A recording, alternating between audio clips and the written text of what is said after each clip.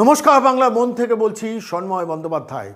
শেষ পর্যন্ত কি বিচারপতির কন্যাকেও টার্গেট? মাননীয় বিচারপতি কলকাতা হাইকোর্টে জাস্টিস অমৃতা সিনহা তার স্বামী আইনজীবী প্রতাপচন্দ্র দে তাকে টার্গেট করেছেন মমতা বন্দ্যোপাধ্যায় এবং তার বাহিনী। এটা দিনের আলোর মতো পরিষ্কার। সেই ঘটনাটাকে বাংলা সংবাদ মাধ্যমের কেউ কেউ যথাযথ গুরুত্ব দিচ্ছেন, অন্যান্য সংবাদ মাধ্যম চাপছেন। একটা সিআইডিকে দিয়ে যে নোংরা খেলাটা নবান্ন, কালীঘাট মমতা বন্দ্যোপাধ্যায় করাচ্ছেন, এটা দিনের আলোর মতো স্পষ্ট হওয়ার পরও কেন তথাকথিত ইন্টেলেকচুয়ালরা চুপ, এটা আমাকে ভাবিয়েছে। কেন তথাকথিত আইনজীবীরা চুপ, এটা আমাকে ভাবিয়েছে। কেন অরুণাভ ঘোষ তিনি চুপ, এটা আমাকে ভাবিয়েছে। বিচারপতি বিচার করছেন, বিচার যদি পছন্দ না হয় রয়েছে ডিভিশন বেঞ্চ, রয়েছে সুপ্রিম কোর্ট।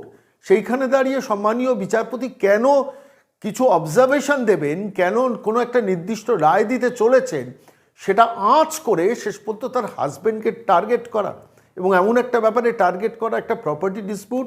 সেই প্রপার্টি ডিসপিউটের আইনজীবী প্রতাপচন্দ্র দে তিনি একটি পক্ষের মামলা লড়ছেন এই জাতীয় কোনো একটি বিষয়, আর সেইখানে দাঁড়িয়ে তাকে টার্গেট করে সম্মানীয় বিচারপতি জাস্টিস অমৃতা সিনহাকেও টার্গেট করা হচ্ছে, যাতে তাকে আইডেন্টিফাই করিয়ে দেওয়া যায় যে তিনি তিনি তিনি তার হাজব্যান্ডের পেশার সঙ্গে যুক্ত। কি নোংরা বলুন তো, কি নির্লজ্জতা বলুন তো। মানে আমি ভাবছিলাম যে বাংলার রাজনীতি সর্বকালীন নিম্ন স্তরে গিয়ে নেমেছে। বাম আমলেও ছিল অনেক ধরনের নেগেটিভ পলিটিক্স, কিন্তু গত 12 বছর ধরে, গত 12.5 বছর ধরে এই বাংলার মাটিতে মমতা বন্দ্যোপাধ্যায়, তার ভাইপো এবং তার পোষ্যরা যে ক্লাসলেস পলিটিক্সটা করছে, এই ক্লাসলেস পলিটিক্সেরই অঙ্গ জাস্টিস বিন্দালকে আক্রমণ করা। কখনো সেই ক্লাসলেস পলিটিক্সের আক্রমণের টার্গেট জাস্টিস রাজশেখর মান্তা, কখনো জাস্টিস কৌশিক চন্দ্র, কখনো জাস্টিস বিশ্বজিৎ বসু, কখনো জাস্টিস অমিত গাঙ্গুলি, কখনো বা সেই সময় দাঁড়িয়ে জাস্টিস জয় সেনগুপ্ত। সবাইকে টার্গেট করা হচ্ছে। একটু খেয়াল করে দেখুন, যারা দুর্নীতির বিরুদ্ধে জেহাদ ঘোষণা করছেন, আইনের মধ্যে থেকে দাঁড়িয়ে শাস্তির বিধানের দিকে নিয়ে যেতে চেষ্টা করছেন, ক্রমাগত 3.5 বছর জেল খাটা, সারদার টাকা ঝাপা কুণাল ঘোষের মতো একটা ফেরেববাজকে দিয়ে তাকে অ্যাটাক করানো হচ্ছে, আইনজীবীদের অ্যাটাক করানো হচ্ছে। এবং আমরা অনেক দিন আগে বারবার বলেছি, জাস্টিস সব্যসাচী ভট্টাচার্যের বেঞ্চে যে আইনজীবী কৌস্তব বাগচি একটা মামলা করেছিলেন, ভাইপো অভিষেক বন্দ্যোপাধ্যায় তিনি হলদিয়াতে একটা সভা থেকে জাস্টিস অভিজিৎ গাঙ্গুলিকে অ্যাটাক করেছেন, সেটা নিয়ে একটা কন্টেম্প্ট অফ কোর্ট বলে বিষয়, মানে আদালতের সম্মানহানি হচ্ছে বলে একটা মামলা হয়েছিল। জাস্টিস সব্যসাচী ভট্টাচার্য ব্যাপারটাকে যে রায়টা দিয়েছিলেন, যে রায় বলেছিলেন আদালতের সম্মান এত ঠুনকো নয় যে চট করে সেটা নষ্ট হয়ে যাবে, ফলে কেসটা রিজেক্ট করেছেন। আমরা সেই দিন বলেছিলাম জাস্টিস সব্যসাচী ভট্টাচার্য এই রায়ের ফলে এই 3.5 বছর জেল খাটা কয়েদি, সারদার টাকা ঝাপা কুণাল ঘোষদের দিয়ে ফেরেববাজ ভাইপো আরও বেশি করে বিচার ব্যবস্থাকে আক্রমণ করবেন, এবং সেটাই হচ্ছে। ক্রমাগত ক্রমাগত ক্রমাগত আপনারা দেখছেন বিচারপতিদের টার্গেট করা। সারা ভারতবর্ষের কোনো স্টেটে কখনো সরকারের দুর্নীতির ব্যাপারে কোনো বিচারপতি কোনো অবজারভেশন দিলে বা কোনো রায় দিলে এই নোংরামিটা হয় না, যা বাংলায় হচ্ছে। আর তারপরও তথাকথিত বাংলার এখন একটা শিক্ষিত সমাজ চুপ করে বসে রয়েছেন, এক শ্রেণীর অধ্যাপক চুপ করে রয়েছেন।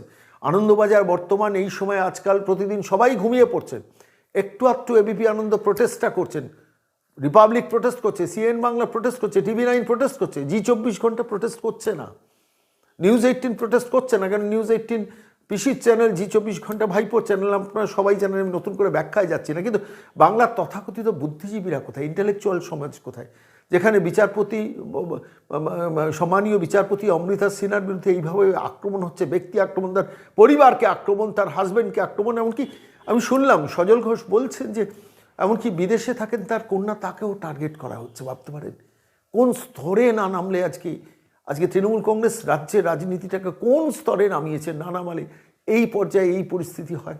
আমরা সরাসরি যোগাযোগ করেছিলাম সজল ঘোষ, অত্যন্ত ভোকাল এই বিষয়টা নিয়ে। সেই আশঙ্কাই প্রকাশ করেছেন, বলছেন শেষ পর্যন্ত বিচারপতির কন্যাকেও টার্গেট করা হচ্ছে।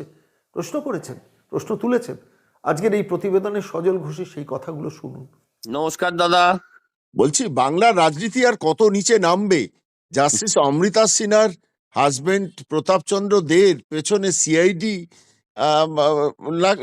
তদন্ত হতে পারে যে কোনো বিষয়, কিন্তু সিআইডি কে যে নোংরা ভাবে ব্যবহার করা হচ্ছে, মানে বিচার ব্যবস্থাতে প্র্যাকটিক্যালি স্টেট টেরোরিজম ঢুকে যাচ্ছে।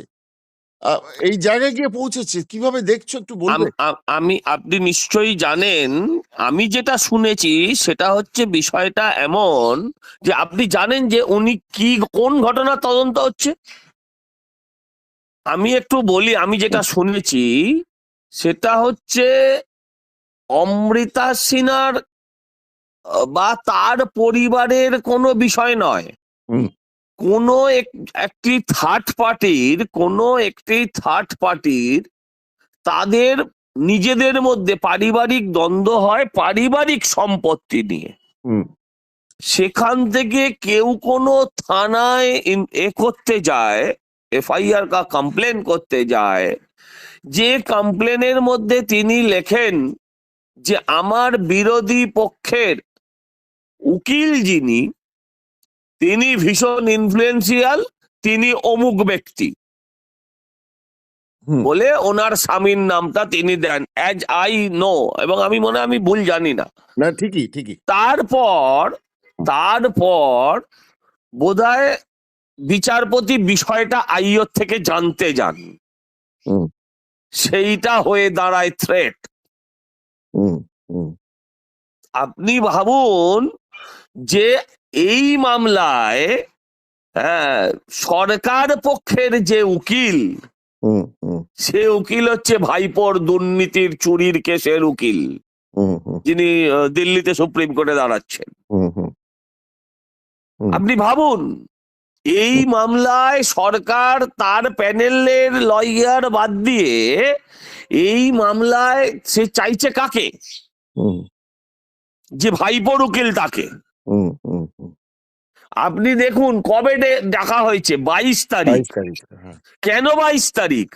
হুম 20 তারিখে একটি বড় রায় আছে মামলার।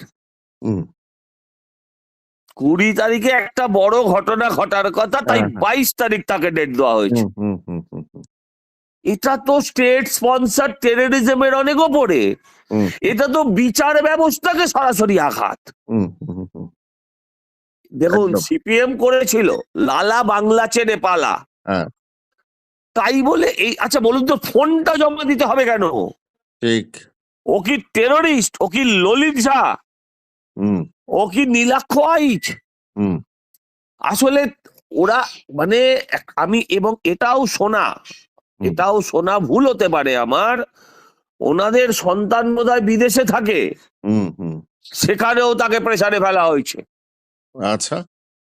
হ্যাঁ, এটাও শোনা, এটা আমার সত্যি মিথ্যের আমি হুম যাব না, কিন্তু এটা শোনা, এবং যে সূত্র থেকে শোনা সূত্রটা দুর্বল নয়। হ্যাঁ হ্যাঁ আপনি ভাবতে পারেন, হুম আপনি ভাবতে পারেন আমরা কোন রাজত্বে বাস করছি? হুম হুম হুম যে আপনি বিচারপতি, তো হুম, আপনাকেই ফাঁসিয়ে দেওয়া হবে বিচার ব্যবস্থার মধ্যে দিয়ে। ঠিক ঠিক। বিচারপতি এবার রায় দেবে না, মামলা শুনবে না বিচারপতিরা। হুম পশ্চিমবঙ্গের মানুষ আর কবে জাগবে? নোবেল চুরির ঘটনা বলতো না? হুম রবীন্দ্রনাথের নোবেল চুরি ছেড়ে দিন, হুম মুখ্যমন্ত্রী রবীন্দ্রনাথের গানটাকে অব্দি চুরি করে চুরি নিয়েছে, করে নিয়েছে, ঠিক। আমরা চুপ করে আছি। হুম হুম আজকে অমৃতা সিনহার মতন জাজেদের, অভিজিৎ গাঙ্গুলির মতন জাজেদের, আরো অনেক জাজের, হুম তারা একের পর এক সৃষ্টি হচ্ছেন। আপনি আমাকে বলুন, রাজশেখর মান্তা, অভিষেক গাঙ্গুলি, অমৃতা সিনহা, আধুনা জয় সেনগুপ্ত, হুম হুম প্রত্যেকের ওপর আঘাত আনছে ওরা। হুম হুম হুম। আর এরা কেন সৃষ্টি হচ্ছে? না, সব মানুষের তো তোমা- সিদ্ধারা বিক্রি করেনি। তোমাকে সজল আরো দুটো নাম যোগ করে দিই। জাস্টিস বিন্দালের সময় শুরু হয়েছিল, যখন কোর্টের বাইরে তৃণমূলপন্থী আইনজীবীদের প্লেকার্ড হিসেবে দাঁড় করিয়ে দেওয়া হয়েছিল, ভারতবর্ষের ইতিহাসে যা প্রথম। ভাবা যায়? আপনি আমায় বলুন, এগুলো ভাবা যায়? আরেকটা উদাহরণ দিই, জাস্টিস কৌশিক চন্দ্র, হ্যাঁ, এখানে রাজ্যের হ্যাঁ, মুখ্যমন্ত্রীর মামলা সংক্রান্ত ব্যাপারে যাকে ডিরেক্ট অ্যাটাক করে দিয়েছিল তৃণমূল কংগ্রেস, যার জন্য 5 লক্ষ টাকা ফাইন গুণাগার হিসেবে মুখ্যমন্ত্রী মমতা হ্যাঁ, বন্দ্যোপাধ্যায়কে মনে শেষ আছে। পর্যন্ত আদালতে হ্যাঁ, জমা দিতে দিতে হয়েছে। হয়েছে। লম্বা তালিকা, এবং তালিকা দীর্ঘতর হচ্ছে।